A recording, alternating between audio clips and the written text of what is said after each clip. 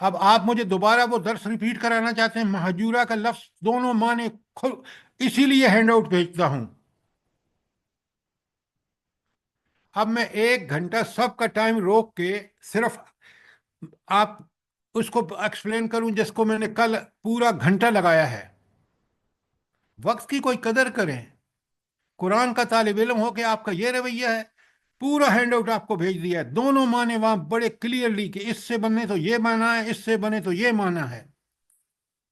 آپ مجھے بتائیں نا کہ میں ایک ٹیچر ہوں، مجھے پتا ہے آپ اپنے جب میں آپ کو ہینڈ آؤٹ بنا کے بھیجتا ہوں تو اس کا مطلب ہے کہ آپ اس ہینڈ آؤٹ کو پڑھیں، ساری تفصیلات اس کے اندر موجود ہے۔ بتائیے موجود ہیں یا نہیں ہیں؟ جی سر، پچھلا لیکچر یہ سن لینا، اس میں بھی آپ نے سارا کچھ بتا دیے۔ ہاں لیکن یہ دیکھیں نا، سب لوگوں کا اس وقت 50 لوگ لائن پہ ہیں۔ اب میں اس کو دوبارہ کھول دوں، ان کے لیے کھول دوں؟ انتہا کر دی انہوں نے سوال کر کے۔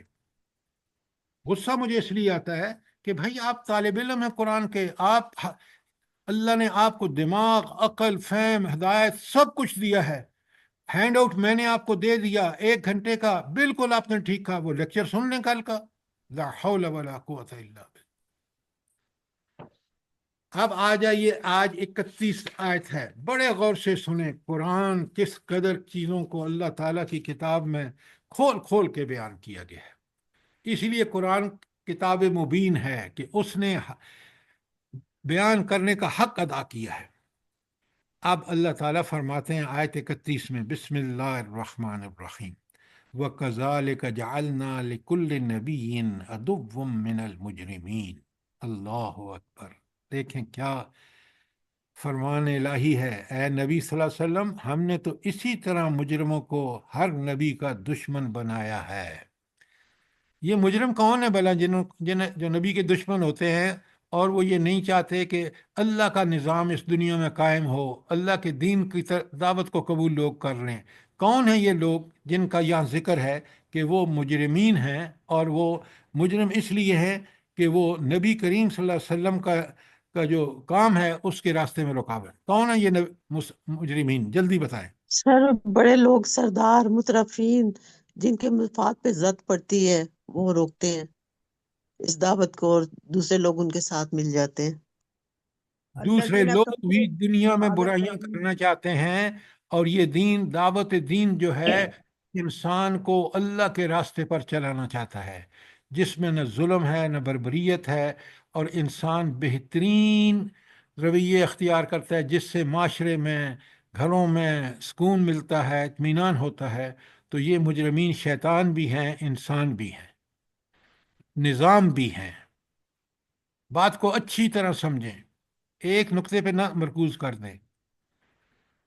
ہاں یہ بات آپ کی ٹھیک ہے کہ یہ جو بڑے لوگ ہیں، مترفین جن کو کہتے ہیں، جن کو اللہ نے بہت نوازا ہے امتحان کے لیے ذرائع اور وسائل سے، وہ سب سے پہلے آگے آگے ہوتے ہیں، لیکن اس کے پیچھے جو فوج ہوتی ہے شیطانوں کی اور انسانوں کی، وہ لوگ ہوتے ہیں جو مفادات کی دنیا میں اتنے لگے ہوتے ہیں کہ یہ دین اگر نافذ ہو گیا تو ان کو یہ ساری لوٹ مار کا موقع نہیں ملے گا۔ یہ مرات جو غریبوں کا حق ہے وہ انہوں نے اپنے کھاتے میں ڈال رکھی ہیں، جائیدادیں امریکہ میں، یورپ میں، آسٹریلیا میں، کہاں کہاں بنائی ہیں۔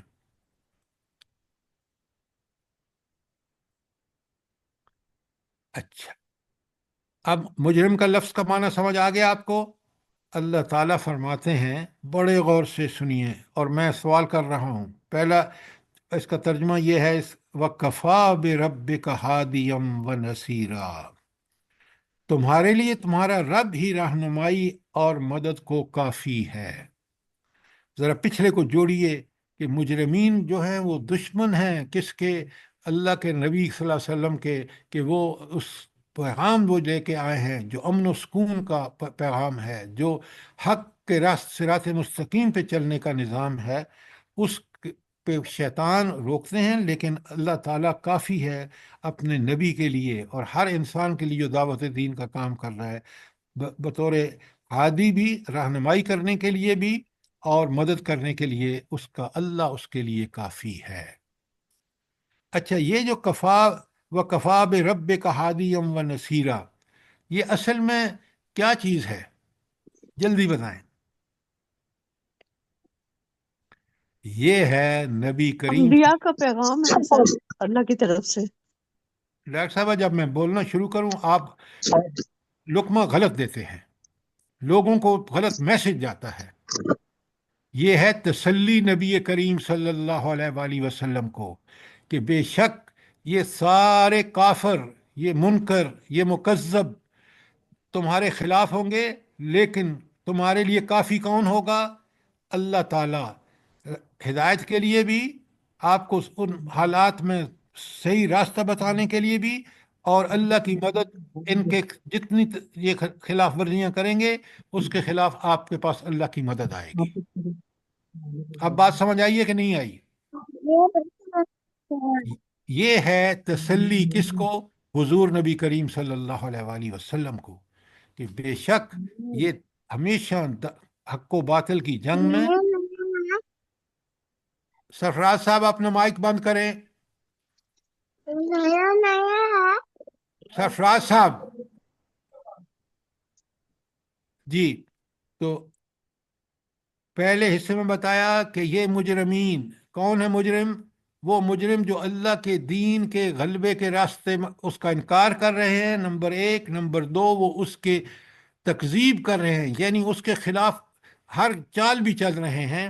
تو اللہ تعالیٰ فرما رہے ہیں کہ یہ مجرم ہیں، لیکن اللہ تعالیٰ نبیوں کے لیے اور خاص کر آپ کے لیے اللہ کافی ہے آپ کی کو ان مشکلوں میں راستہ دکھانے کے لیے. یہ ہے رہنمائی اور مدد کہ ان کے سارے حربے اللہ تعالیٰ اپنے خاص فضل و کرم سے جس کے پاس اصلی کنٹرول ہے وہ ان کو ناکام بنا دے گا.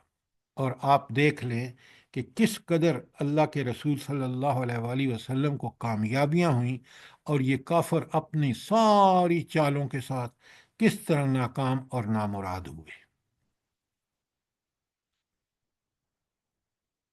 تو یہاں آپ دیکھ رہے ہیں کہ اللہ تعالیٰ اپنے نبی کو یہ بتا رہے ہیں کہ ہر نبی کے ساتھ ایسا ہوتا رہا ہے، یہ کوئی نئی بات نہیں ہے. یہ جرائم پیشہ لوگ جو تھے یہ انبیاء کے پیچھے ہاتھ دھو کے پیچھے پڑ گئے، اور انہوں نے کوئی ایسا دھندا نہیں چھوڑا جو اس کی مخالفت کے لیے انہوں نے کوشش نہ کی ہو. اور اللہ تعالیٰ ان کی ساری خوفناک چالوں سے اچھی طرح واقف ہے، اور اللہ تعالیٰ نے کسی نبی کو بھی تنہا نہیں چھوڑا. اس کی پشت پر ہمیشہ اللہ تعالیٰ کی مدد، اللہ تعالیٰ کی رہنمائی رہی. اور یہ سارے کافر ہر زمانے میں آپ دیکھ لیں، آگے آ رہا ہے تفصیل سے کہ قوم فرعون نے کیا کیا، تاکہ لوگوں کو بالکل مثالوں سے بات سمجھ آ جائے. یہ تھی آیت نمبر 31. کوئی سوال، کوئی چیز کلیئر نہ ہوئی ہو؟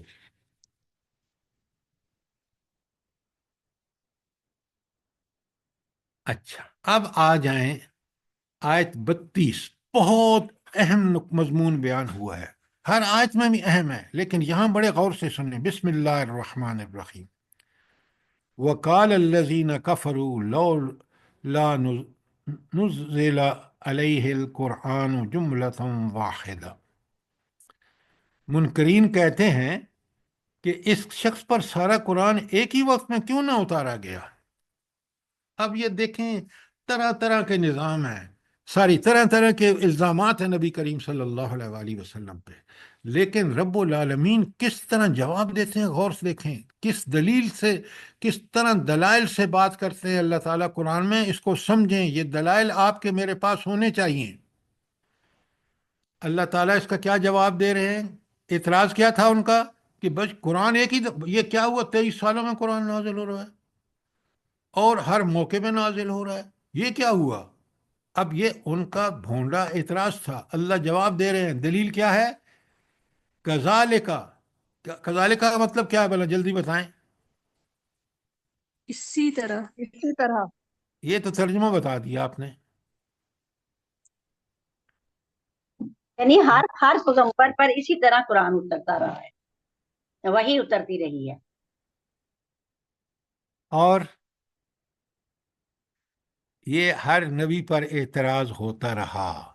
کذالک کا مطلب یہ ہے کہ یہ اعتراض کافروں کا ہر نبی کے خلاف ہر زمانے میں رہا، لیکن مقصد کیا تھا اس کا آہستہ آہستہ وہی بھیجنا؟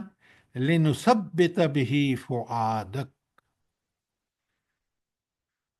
یہ اس لیے کیا گیا کہ اچھی طرح ہم تمہارے ذہن نشین کر دیں، نثبت به فؤادک، یہ آپ کے دل کے اندر پوری طرح جاگزیں ہو جائے، یہ پیغام آپ کے دل پر نقش ہو جائے۔ قرآن کہاں اترا ہے نبی کریم صلی اللہ علیہ وآلہ وسلم پر؟ دل قلب پر مبارک سر، میں۔ آپ کے قلب قلبی کا۔ مبارک پر۔ اچھا، یہ دل کی اہمیت کا کبھی احساس کیا آپ نے؟ سارے فیصلے دل کرتا ہے، اور اگر دل میں دین کا عقیدہ، اللہ پر ایمان زبردست ہو، اور تاکہ وہ نقش ہو جائے، لنثبت به فؤادک، کہ تیرے دل پر یہ بات پکی سچی جم جائے، تو اسی لیے اللہ تعالیٰ فرماتے ہیں کہ یہ جو قرآن ہے، یہ ہم اس لیے سبکن نازل کر رہے ہیں، پڑھا رہے ہیں، سنا رہے ہیں، تاکہ لوگ اس کو سیکھیں اور تمہارے دل کو بھی اس کے ذریعے مضبوط کر دیں۔ یہ بڑی اہم بات ہے۔ جتنا آپ قرآن پڑھیں گے، جتنا آپ سمجھیں گے نا، میں لکھ کے دیتا ہوں آپ کو کہ آپ کا دل اتنا ہی مضبوط ہوگا۔ آپ مصائب اور مشکلات میں ثابت قدمی بھی اللہ تعالیٰ آپ کو عطا فرمائے گا، اور آپ کو راستے بھی دکھا دے گا کہ اس مشکل میں نکلنے کا کیا راستہ ہے۔ یہ ہے قرآن کو سبکن نازل کرنا، اور سبکن سمجھ کے پڑھ کے اپنے دل کو مضبوط کر لینا۔ اسی لیے آگے اللہ تعالیٰ فرماتے ہیں دو الفاظ میں، رتلناہ ترتیلا، اور اس کو ایک خاص ترتیب کے ساتھ الگ الگ اجزاء میں نازل کیا، تاکہ آپ اس کو آرام سے پڑھیں۔ تو قرآن پڑھتے وقت کوئی جلدی نہیں ہونی چاہیے، کوئی یہ ہمیں تکلف کرنے کی ضرورت نہیں کہ ہم جلدی جلدی ختم کریں، نہیں، ایک ایک حکم کو پڑھیں، الحمدللہ، سمجھیں، اس پہ غور کریں، اس کو اپنی زندگی میں عمل کا حصہ بنائیں، پھر دیکھیں کہ اللہ تعالیٰ آپ کو کس طرح سکون عطا فرماتے ہیں۔ بالکل سر، صحیح کہہ رہے ہیں، اتنا سکون ملتا ہے یہ ٹھہر ٹھہر کے اور سمجھ کے پڑھنے سے نا۔ اللہ پاک ہم لوگوں کو عمل کی توفیق دے۔ جزاک اللہ، جزاک اللہ۔ اچھا، اب دیکھیں نا، کتنی پیاری بات ہے۔ کافروں کا اعتراض یہ ہے کہ پوری اکٹھی کتاب ایک وقت میں کیوں نہ نازل کی گئی؟ تو اللہ کیا جواب دے رہے ہیں، کتنا پیارا جواب دے رہے ہیں، اور میرے اور آپ کے لیے کتنی بڑی رہنمائی ہے کہ اس قرآن کو اس طرح پڑھنا چاہیے، اس طرح سمجھنا چاہیے کہ ہمارے دل جو ہیں وہ پکے سچے استقامت والے بن جائیں، اور جب آپ یہ کام ہم کریں گے، اللہ تعالیٰ خود رہنمائی فرمائے گا کہ اس مشکل میں نکلنے کی۔ آپ دیکھیں نبی کریم صلی اللہ علیہ وسلم سے کو جتنی مشکلیں آئی ہیں، آپ مکی دور کو دیکھ لیں، مدنی دونوں دوروں کو دیکھ لیں، سیرت میں ہم پڑھ رہے ہیں کہ مکے والوں نے کیا، مکے سے جب طائف گئے ہیں، تو پچھلی دفعہ آپ نے سنڈے کو دیکھا کہ طائف میں کیا حشر ہوا نبی کریم صلی اللہ علیہ وسلم کا۔ انہوں نے گھنڈے پیچھے لگا دیے، انہوں نے پتھر مارے، پتھر سے حضور نبی کریم صلی اللہ علیہ وسلم کے پاؤں میں خون جمع ہو گیا، جوتے جول خون سے بھر گئے، اور وہاں دعائے مستضعفین ہے جو میں نے آپ نے دیکھی ہے۔ ذرا اس سیرت کی کتاب کو پڑھ جائیے، پھر آپ کو پتہ چلے گا۔ تو یہ اس کا جواب، اور کتنا پیارا جواب ہے۔ میں ترجمہ پھر کر دیتا ہوں۔ وقال الذین کفروا، اور کہا ان لوگوں نے جنہوں نے انکار کیا، لولا نزل علیہ القرآن جملۃ واحدہ، یہ قرآن ایک دفعہ ہی سارا کیوں نہیں اللہ تعالیٰ نے اتار دیا؟ اللہ تعالیٰ فرماتے ہیں کذالک، یہ اس وجہ سے کیا، اس وجہ سے چھوٹ کر کے اتارا، ٹکڑے ٹکڑے کر کے حالات کے مطابق۔ نمبر ایک، لنثبت به فؤادک، تاکہ آپ کا دل جم جائے کہ یہ حق ہے، اور وَرَتَّلْنَاهُ تَرْتِيلًا، اور ہم نے اس کو بڑی ترتیب سے آرام آرام سے ٹھہر ٹھہر کے نازل کیا تاکہ آپ اس کو ٹھہر ٹھہر کے پڑھیں اور آپ کا دل اس پہ ٹھک جائے، جم جائے۔ 4 فائدے ہیں قرآن کی حکمت کے، اس کو کیوں آج تھوڑا تھوڑا کر کے اتارا۔ نمبر 1، یہ لکھتے جائیں، وہ لفظ بلفظ حافظے میں محفوظ ہو سکے۔ پہلا نقطہ کہ کیونکہ وقت ترتیب سے وقت کے ساتھ آہستہ آہستہ اترا، تو پہلا کہ وہ لفظ بلفظ حافظے میں محفوظ ہو سکے۔ نمبر 2، اس کی تعلیمات اچھی طرح ذہن نشین ہو سکیں، کیونکہ ان کو زندگی میں انہی پر عمل کر کے ہمیں وہ سعادتیں، وہ رحمتیں اللہ کی نصیب ہوں گی۔ تو لہٰذا پہلے اس کو چھوٹے چھوٹے ٹکڑوں میں، آیات میں، گروپ میں نازل ہوئیں۔ کہ دوسرا نقطہ تھا کہ تعلیم، ان تعلیمات سے جو قرآن کی ہیں وہ اچھی طرح ذہن نشین ہو چکے ہیں۔ اور تیسری بات کہ اس کے بتائے ہوئے طریقے زندگی پر دل جمتا رہے، کہ بالکل برحق ہے، اور آپ عمل کر کے دیکھ لیں۔ چوتھی بات بڑی اہم، کہ وہ جو تحریک نبی کریم صلی اللہ علیہ وآلہ وسلم نے برپا کی، اور جو حق اور باطل کے درمیان کشمکش تھی، نبی صلی اللہ علیہ وسلم اور ان کے پیرووں کی ہمت بندھائی جاتی رہے۔ آہستہ قرآن نازل کرنے کا مقصد اس کے لیے اللہ تعالیٰ کی طرف سے بار بار، وقتاً فوقتاً، موقع بے موقع پیغام زیادہ کارگر ہے، تاکہ ان مشکل حالات میں، اگر ایک ہی دفعہ قرآن تو کون سی آیت وہاں اپلائی ہوتی ہے، نہیں، ان حالات میں وہ آیات نازل فرمائیں جس سے نبی کریم صلی اللہ علیہ وسلم، صحابہ اور صحابیات کو اس وقت رہنمائی ملی، اور قیامت تک مسلمانوں کے لیے اسی میں، انہی حالات میں یہی رہنمائی ہے۔ یہ اتنی برحق کتاب ہے، یہ اس اللہ کی نازل کرتا ہے جو اللہ ہر چیز سے واقف ہے، ماضی، حال، مستقبل سے۔ اس کا تجویز کیا ہوا حل ہی مناسب حل ہے۔ آج آپ دیکھ لیں امت مسلمہ کی ذلت کی وجہ اسی کو چھوڑ دینے میں ہے۔ اس سے ہم نہیں رہنمائی لے رہے، ہم شیطانوں سے رہنمائیاں لے رہے ہیں، شیطانوں کے پیچھے چل رہے ہیں، اور ذلت اور پستی کا ہمارا مقدر دیکھیں۔ شرم نہیں آتی اس امریکن صدر کو جو یہ کہتا ہے کہ وہ کھنڈرات جو اسرائیل نے بمباری کر کے، کہ اب اس پر امریکہ قبضہ کرے گا۔ اور بھائی، یہ جو لوگ جن پر آپ نے ظلم و ستم کے پہاڑ توڑے ہیں، یہ کہاں جائیں گے؟ نہیں جی، وہ تو روس میں جائیں، ساری مصر میں جائیں، یا دوسرے عرب ملک میں جائیں۔ لا حول ولا قوت۔ یہ علاج ہے ان عربوں کا، انہوں نے اللہ کی کتاب کو چھوڑا۔ یہ علاج ہے مسلمانوں کا کہ انہوں نے اللہ کی کتاب کو چھوڑا۔ کفر کیا ایسی باتیں کر رہا ہے جو دنیا کے اندر عدل و انصاف کا منہ چڑھا رہی ہیں۔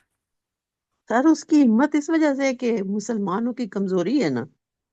اگر یہ مسلمان جہاد اور قتال کرتے نا، اس نے ایک تڑی دی ہے نا اس کو، افغانستان کو، کیا کرارا جواب دیا ہے انہوں نے، پڑھا ہے آپ نے؟ یہ وہ دیکھ سکتے ہیں جن کا اللہ پر اور رسول صلی اللہ علیہ وسلم پر ایمان اور یقین ہے۔ اگر وہ ہم میں نہیں ہے، ہم کبھی جواب نہیں دے سکتے۔ ہم طاغوت کی غلامی کر لیں گے، لیکن وہ جو اللہ نے ہمارے لیے عزت اور شرف کا راستہ رکھا ہے، اس پر چلنے کے لیے ہم تیار نہیں ہیں۔ کوئی سوال آج 33 کے بارے میں؟ کوئی سر جی سوال؟ سوال تو نہیں ہے، لیکن یہ جو 4 پوائنٹس آپ نے لکھوائے ہیں سر جی، اس سے تو ہمیں یہ اچھی طرح اپنے آپ کو باور کروا لینا چاہیے کہ اس کے بغیر ہم بالکل بھی ممکن ہی ہے کہ نہیں ہے کہ ہم اپنی زندگی گزار سکیں۔ یہ آپ نے بالکل ٹھیک کہا۔ یہ قرآن کی بات ہے جو میں نے آپ کے سامنے جو پوائنٹس نکالے ہیں قرآن سے، کہ اگر یہ نہیں کریں گے، لپ سروس سے کچھ نہیں ہوگا۔ زندگی دنیا میں یہ مشکلات کو اللہ کے فضل و کرم سے جب آپ قرآن کی روشنی میں ان کو انگیز کریں گے تو قیامت کے فیصلے کے بعد دائمی اللہ تعالیٰ نے آپ کو جنت کی صورت میں صلاحیت وہ سب کچھ دے دیا اور وہاں امن اور سکون. تو یہ سب چیزیں قرآن کے طالب علم کو، جیسے آپ نے کہا کہ ان شرائط پر ہمیں پورا اترنا چاہیے کہ قرآن جس طرح آسان آرام آرام سے نازل ہوا ہے، اسی طرح آرام آرام سے پڑھ کے مستقل رابطے سے قرآن میں رہ کر چیزوں کو سمجھا جائے. جزاک اللہ. کوئی سوال اور کوئی کامنٹس؟ اب آ جائیے قرآن ذرا نوٹ فرمائیں. اللہ تعالیٰ فرماتے ہیں کہ یہ ایسے لوگ جو یہ حرکتیں کریں گے نا، کیا ان کو خوفناک صورتحال کا سامنا. الذین یحشرون علی وجوہہم الی جہنم. استغفر اللہ. یہ جو قرآن کے بارے میں یہ غلط باتیں کہہ رہے ہیں نا کہ ایک دفعہ کیوں نہیں نازل ہوا اور اس میں یہ خرابی ہے، نعوذ باللہ. سر جی ایک آیت رہ گئی، کون آیت سی؟ 33 سے 30. ہاں جی او 33 سوری کرنی ہے. سوری. ہاں. وَلَا يَأْتُونَكَ بِمِثْلٍ، اور جب کبھی تمہارے سامنے کوئی نرالی بات یا عجیب سوال لے کر آئے، إِلَّا جِئْنَاكَ بِالْحَقِّ، تو اس کا ٹھیک ٹھیک جواب بر وقت ہم تمہیں دے دیا کرے. اب آپ سوچیں، جب انہوں نے سوال کیا کہ ذرا حضرت یوسف کے بارے میں تو بتائیں، یہ سوال تھا نا مشرکین مکہ کا، اور ان کو کس نے یہ سوال بتایا تھا؟ یہود نے. کیوں نے یہود نے کیوں بتایا تھا؟ ان کی کتاب میں تھا تو انہوں نے پڑھا ہوا تھا. ان کو پتہ تھا. سنیں، یہی تو مسئلے ہیں، ہم قرآن پہ غور نہیں کرتے. انہوں نے یہ کہا یہود نے کہ بھئی یہ مصر تو گئے نہیں ہیں، ان کو پتہ ہی نہیں کہ حضرت یوسف کون تھے، لہٰذا ان سے وہ سوال پوچھو جس میں یہ زچ ہو جائے. جب سوال پوچھا، اب یہی ہے اس کا مطلب کہ اس میں وقفے وقفے سے اور موقع موقع اس لیے نازل کیا کہ جب انہوں نے کئی سوال کرائے ہیں نبی کریم صلی اللہ علیہ وسلم سے پر مشرکین مکہ کے تھرو. اب سورہ یوسف پوری پڑھ جائیے. اللہ تعالیٰ سر نے اس میں ایک مقصد اور بھی تھا ان کا کہ وہ نبی صلی اللہ علیہ وسلم کی نبوت کے بارے میں لوگوں کے اندر شک ڈالنا چاہتے تھے اور آپ قرآن کے بارے میں. پلیز آپ ذرا بیچ میں دخل اندازی اس وقت کیا کریں کہ آپ کی رائے ثابت ہو. میں آپ کو بتا رہا ہوں کہ یہ آپ تو ان کا ایک جنرل بیہیویئر بتا رہے ہیں. یہاں آیت میں ہے کہ ہم ان کو موقع بموقع اس لیے نازل کرتے ہیں تاکہ ان کے سوالوں کا جواب دیا جا سکے. سوال انہوں نے، میں ایک سوال کی مثال دے رہا ہوں کہ انہوں نے سوال کیا کہ حضرت موسیٰ کے بارے میں ان سے پوچھیں. اللہ تعالیٰ نے جواب ایسا دیا کہ بالکل موسیٰ کو جس طرح موسیٰ علیہ السلام کے ساتھ ان کی قوم نے کیا، بالکل اسی طرح بتایا کہ یہ جو مشرکین مکہ ہیں یہ تمہارے بھائی تمہارے ساتھ وہی رویہ اختیار کر رہے ہیں جو موسیٰ علیہ السلام کے ساتھ ان کے بھائیوں نے کیا. اور موسیٰ علیہ السلام کا انجام دیکھ لو اور ان کے بھائیوں کا انجام دیکھ لو، تمہارا بھی وہی انجام ہونا ہے. یہ ہے بات سمجھنے کی. ایک نقطہ اپنے ذہن میں لے کے اس کو پوری جی سر. صورت کو، آیت کو اس کے کانٹیکسٹ میں سمجھیے. لہذا یہ تھا قرآن کا یہاں مقصد کہ اللہ جئناک بالحق، کہ ہم اس کا ٹھیک ٹھیک جواب جو ہے بر وقت تمہیں دے دیتے ہیں. میں نے ایک مثال دی ہے، قرآن میں 20 مثالیں ہیں. دوپہر میں گیس ہوندی ہے ادو نہیں ہے 12 جی بجے. آہو تو 12 بجے بھی آتی ہے نا گیس جدوں قاعدہ صاحبہ خدا کے لیے مائک بند کرے. اچھا، تو آپ نے دیکھا اور پھر فرمایا وَأَحْسَنَ تَفْسِيرًا، اور بہترین طریقے سے اس کی تفسیر بیان کرتے ہیں. جو موقع پر سوال آتا ہے اس کا ٹھیک جواب اور ٹھیک اس کے دیگر پہلو کھول کھول کے بیان کرتے ہیں. میں نے آپ کو حضرت موسیٰ کے بارے میں جو سوال آیا تھا اس کو یہاں کوٹ کر کے اور بتایا ہے. سر یوسف علیہ السلام. ساری یوسف علیہ السلام. اچھا، انہوں نے موسیٰ علیہ السلام کے بارے میں بھی سوال کیے ہیں. اچھا، اب دیکھیں تو شان نزول جو ہے کہ کس موقع پر کس سوال کے جواب میں کن حالات میں صورت نازل ہوئی، یہ بڑا اہم ہوتا ہے. اور یہی یہاں اس میں بتایا گیا ہے کہ ہم جب بھی کوئی آیت نازل فرماتے ہیں، اللہ تعالیٰ فرماتے ہیں کہ وہ حق ہوتا ہے اور وہ بہترین تفسیر ہوتی ہے اس سوال کے بارے میں جو یہ لوگ آپ سے کرتے ہیں. اور یہی مقصد ہے قرآن کو ٹھہر ٹھہر کر نازل کرنے کا. دیکھیں ایک بات بڑی نوٹ فرمائیں، وہ یہ کہ اللہ تعالیٰ نے کفر اور جاہلیت اور یہ فسق نافرمانی کا مقابلے میں اللہ تعالیٰ کیا لے کے آئے؟ اسلام، ایمان اور اطاعت اور تقوی کی تحریک برپا کر رہے تھے اللہ تعالیٰ. اور نبی کیونکہ داعی اور قائد ہوتا ہے، اور اس دوران میں اگر ایک طرف قائد اور پیرووں کی حسب ضرورت تعلیم اور ہدایت دینا اپنے ذمے اللہ نے لے لیا تھا، تو دوسری طرف یہ کام بھی اپنے ذمے رکھا تھا کہ مخالفین جب کوئی اعتراض یا شبہ یا الجھن پیدا کریں اسے صاف کر دیں. یہ تھا قرآن کو تھوڑا تھوڑا بر وقت نازل کرنے کا. اور جب بھی وہ کسی غلط معنی کسی آیت کو غلط معنی پہنائیں، اس کی صحیح تشریح و تفسیر کر دینا بھی اللہ کے ذمے تھا، اور اللہ نے وہ کام کیا. یہ تھا آیت 33 کا مفہوم اور مطلب. کوئی سوال ہو، کوئی چیز کلیئر نہ ہوئی ہو.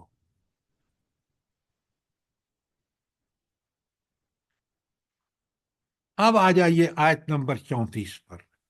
اب اللہ تعالیٰ نے آپ نے دیکھا کہ ان کے اس اعتراض جو اللہ کی حکمت کے بالکل خلاف تھا، جو عدل کے خلاف تھا، جو انصاف کے خلاف تھا، کہ اللہ نے تو قرآن موقع بر موقع اور آرام سے نازل کیا تاکہ لوگوں کے دل ٹھک جائیں اور ان حقیقت ان پر واضح ہو جائے. جب وہ پڑھ کے سمجھ کے فکری طور پر بھی وہ مطمئن ہو جائیں، اور جب عمل کریں تو اس کے فیض و برکات دیکھ کر عملی طور پر بھی مطمئن ہو جائیں.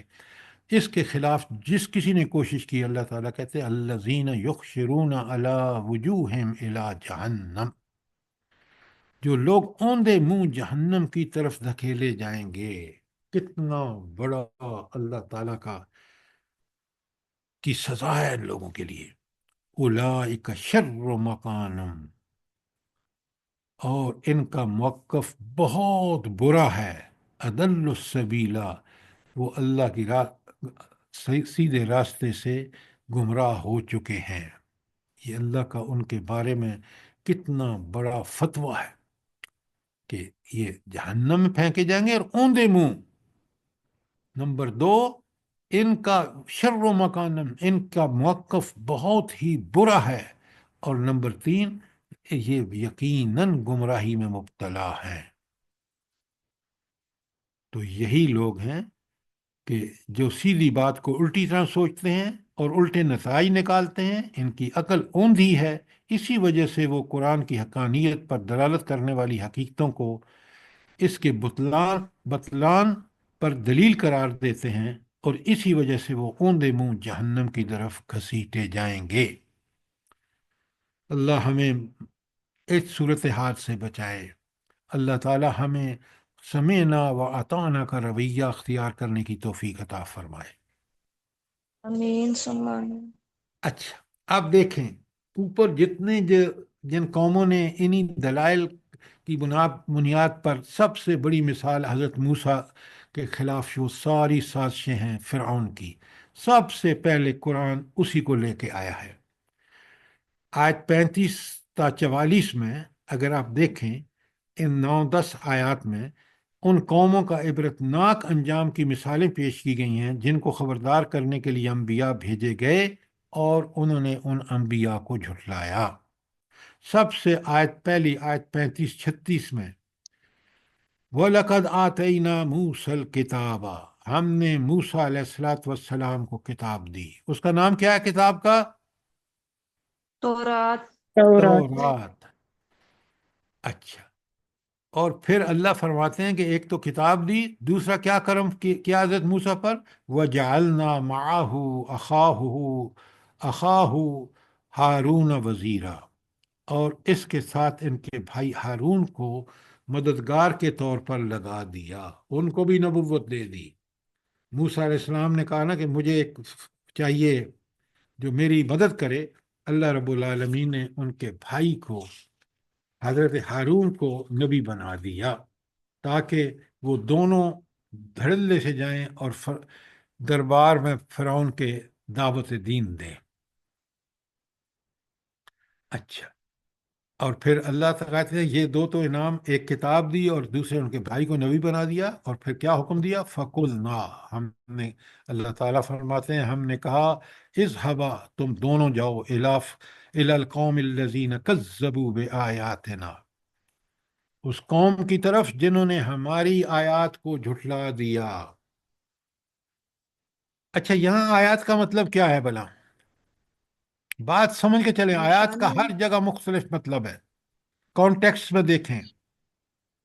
نشانیاں، جی، احکامات کو سے کس چیز کو؟ موج نشانیاں، احکامات سر موجے موجے سر جی جو کتاب حضرت موسیٰ علیہ السلام پہ نازل ہوئی تورات، اس کو جھٹلایا۔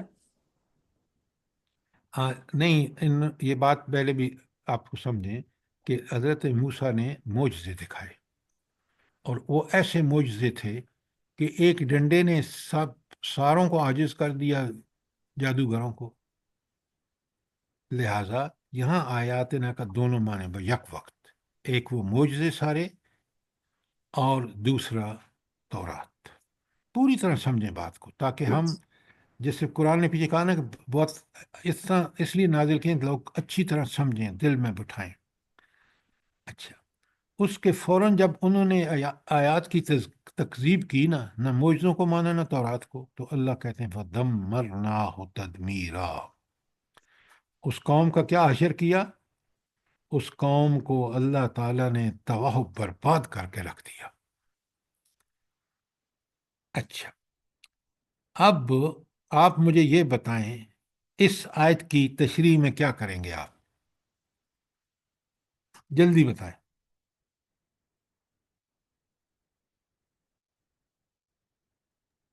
سر جی یہی کہ حضرت موسیٰ علیہ السلام کو اللہ تعالیٰ نے جو نشانیاں دے کے بھیجی، انہوں نے اس کو بھی نہیں مانا، تورات پہ بھی ایمان نہیں لائے، تو پھر اللہ تعالیٰ نے آپ ان کو… بالکل ٹھیک کہہ رہے ہیں۔ میرا آپ سے سوال ہے کہ اس آیت کی تشریح میں ہمیں قرآن میں کیا دیکھنا چاہیے؟ سر جی جب بھی کوئی نبی آیا اور اس نے اپنی قوم کو او ہدایت کی طرف ہو بلایا، آپ بات کو بالکل دوسری طرف لے گئے ہیں۔ حضرت موسیٰ اور فرعون کا ذکر ہے، تو قرآن میں ہمیں دیکھنا ہوگا کہ قرآن میں یہ ذکر حضرت موسیٰ اور فرعون کے بارے میں کہاں کہاں کن صورتوں میں آیا ہے، سر جی پھر سورہ ہمیں اعراف، بات پوری طرح کلیئر ہوگی۔ جی سورہ اعراف اور سورہ طٰہٰ، پھر سب سورہ شعراء، سورہ سورہ شعراء، ہجر، اور سورہ عنکبوت، اور سورہ یہ جو ہے اچھا، آپ لکھیں، آپ بالکل ہود۔ لکھیں، آپ پہلے، میں لکھوا رہا ہوں۔ اچھا، پہلی ہے سورہ آراف 103 تا 105، دوسری ہے سورہ یونس، لکھتے جائیں، 75 تا 93، بنی اسرائیل میں ذکر ہے 9 معجزوں کا، بنی اسرائیل کی آیت 101 تا 103، سورہ کاف میں پھر موسیٰ علیہ السلام اور خضر کا واقعہ ہے، الکہف کی آیت 60 تا 82، سورہ مریم میں پھر بیان ہے، سورہ مریم کی آیات ہیں 15 تا 53، سورہ طٰہٰ پوری کی پوری ہے 9 تا 90،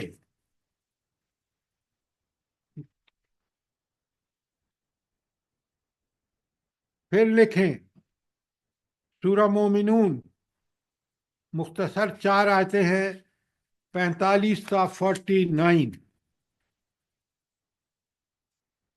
سورہ شورا میں ہے 10 تا 68 تفصیل سے.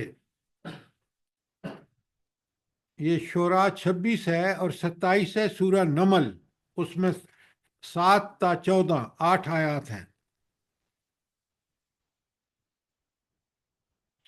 28 نمبر پر سورہ قصص ہے اور اس میں تفصیل سے بیان ہوا ہے آیت 2 تا 46. قصص آیت 2 تا 46. سورہ عنکبوت میں صرف 2 آیتیں ہیں، عنکبوت کی 39 اور 40. سورہ صافات 37 نمبر پر صورت ہے اور صافات کی آیات ہیں 114 تا 122.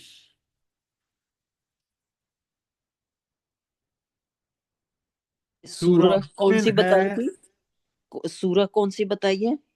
میں نے بتائی ہے آپ کو سورہ قصص 2 تا 46 اور سورہ عنکبوت 39 اور 40 آیات.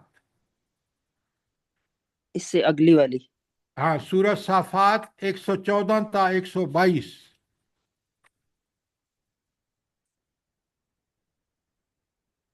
سورہ مومن 23 تا 55.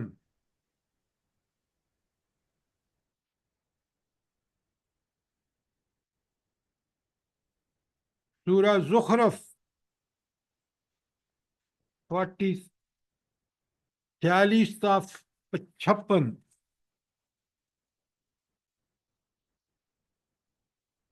سورہ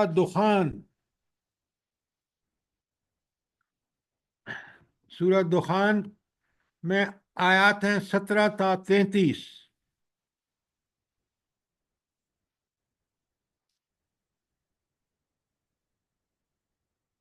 اور آخری صورت ہے سورہ زاریات، صرف 3 آیات ہیں 38 تا 40. سر جی سورہ نازیات میں بھی نازعات بھی تو ہے. سورہ نازیات میں بھی ہے. جی کیا آیات ہیں، کچھ پتہ ہے آپ کو؟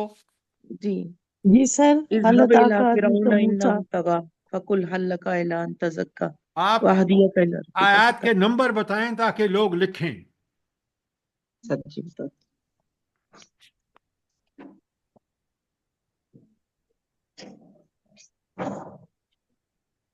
سر جی یہ 15 سے لے کر سورت کون سی ہے؟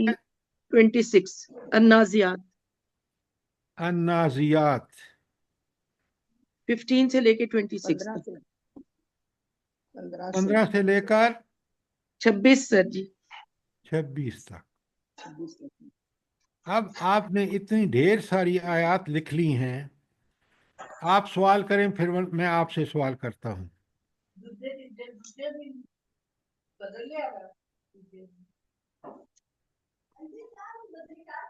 جلدی بتائیں ورنہ سوالوں کے تیار ہو جائیں. اب مرضی آپ کی، آپ پوچھ لیں تاکہ آپ کو پھر خفت نہ اٹھانی پڑے. کر لیں سوال.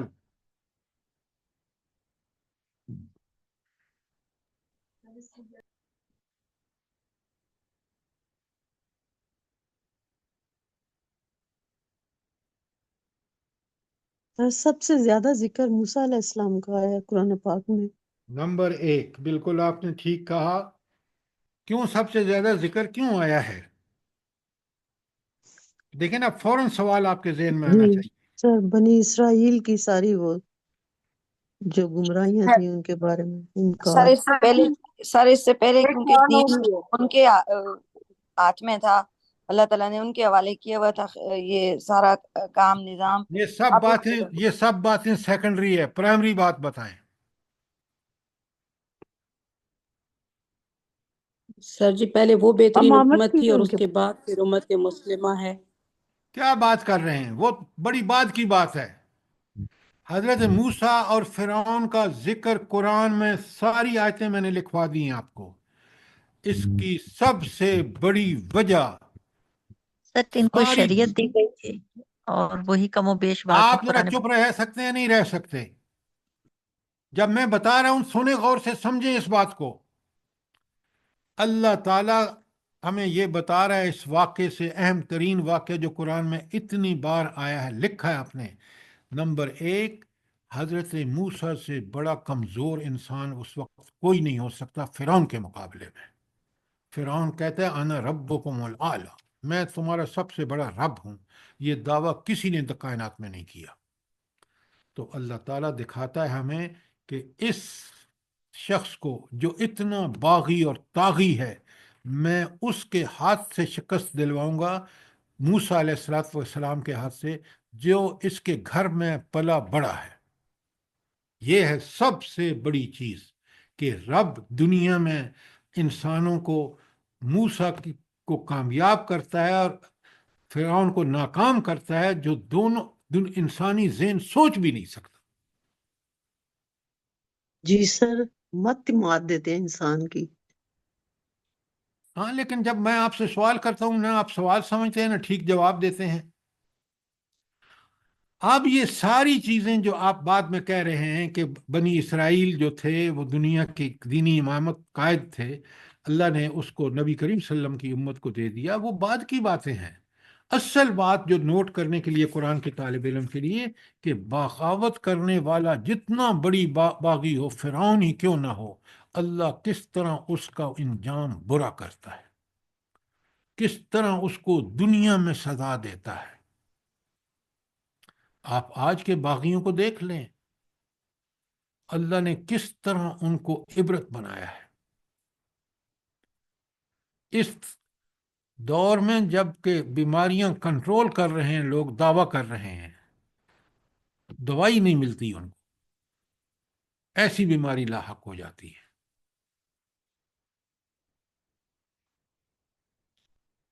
تو یہ سارا میں نے آپ کو اس لیے لکھوایا ہے تاکہ مجھے اور آپ کو پتہ چلے کہ عزت اور ذلت کس کے ہاتھ میں ہے؟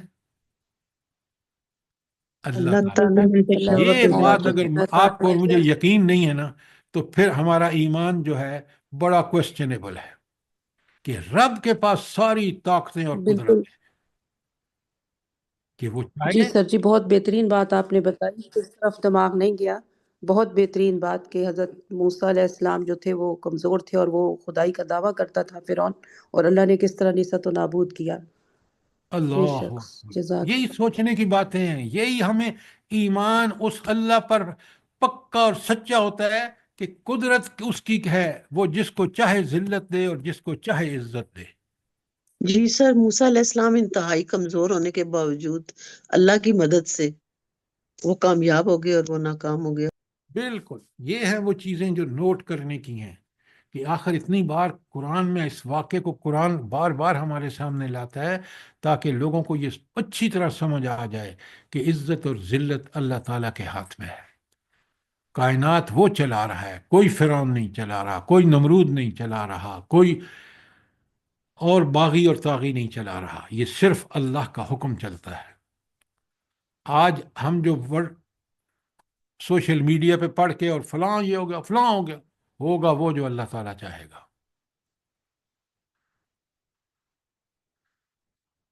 سر ہم نے غلط لوگوں سے امیدیں باندھی ہوئی ہیں. اللہ نے تو کتاب نازل کر کے اس کی حفاظت فرما کے ہمیں کہہ دیا کہ لے لو کتاب، اس پہ چلو گے تو تمہیں وہی عزتیں ملیں گی جو محمد رسول اللہ صلی اللہ علیہ وسلم اور صحابہ اور صحابیات کو ملی ہیں. ہم وہ راستہ مشکل ہے، وہ قربانیوں کا راستہ ہے، دنیا کی لذتوں میں ہم اپنی خواہشات کے پیچھے چلنا چاہتے ہیں، شیطان کے پیچھے چلنا چاہتے ہیں، طاغوت کے پیچھے چلنا چاہتے ہیں. اس کا انجام قرآن نے کھول کھول کے اسی واقعے میں دیکھ لے بتایا ہے.